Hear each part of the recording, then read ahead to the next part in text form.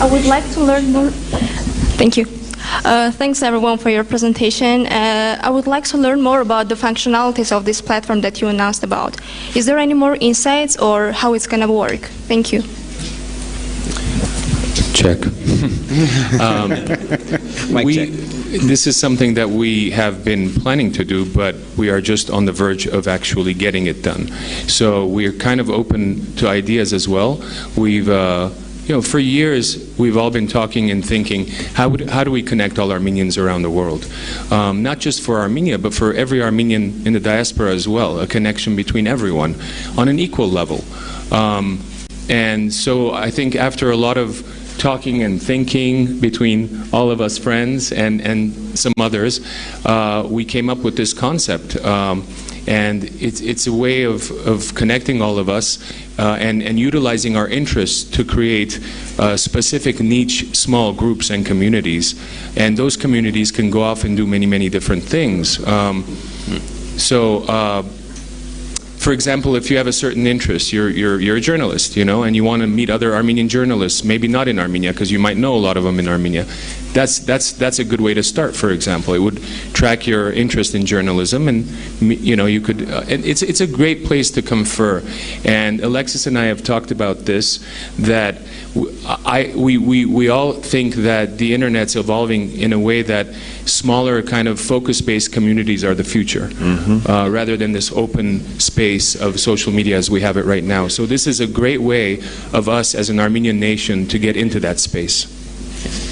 Yeah, and like most or really all successful software products, we have a big vision for what this could become, and I think you've heard that outlined here. When it comes to launching things, unlike say like a Hollywood blockbuster, we want to just get a sort of minimum viable product out there as soon as we can to start getting feedback from our users for what's working and what isn't. So that's also part of the reason why it's a little hard to go into the details quite yet, because we're still going to watch and see how the product evolves based on how people use it.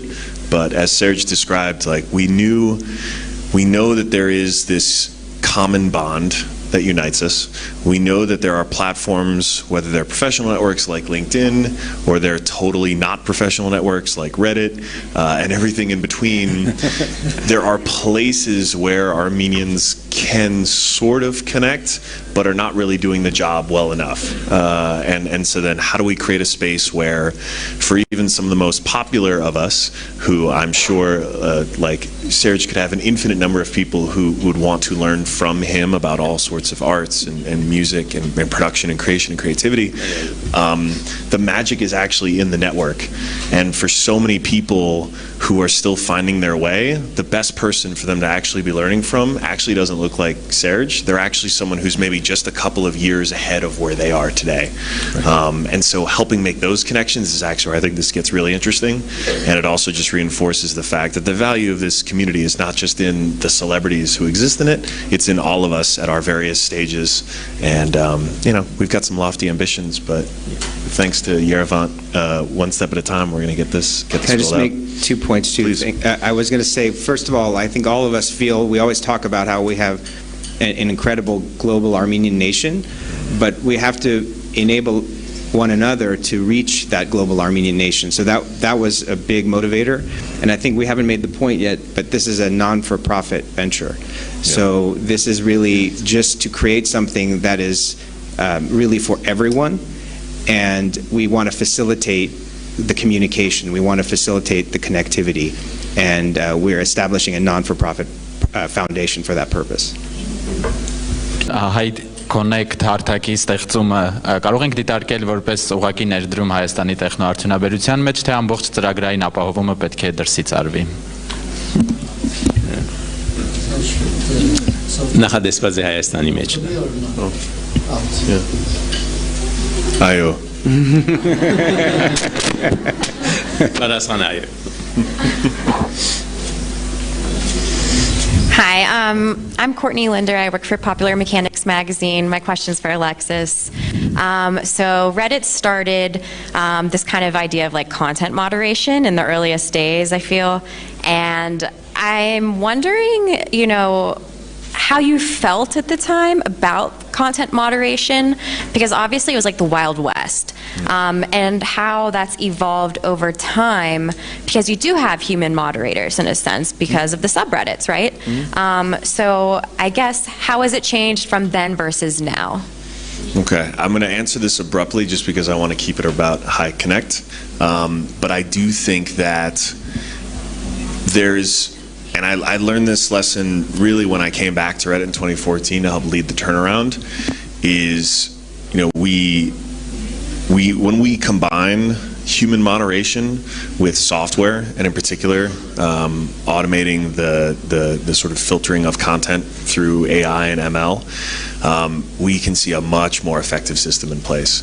And the techniques and the tools that just didn't even exist 10 years ago, like physics just were not possible, are now making this job a lot easier and a lot more efficient.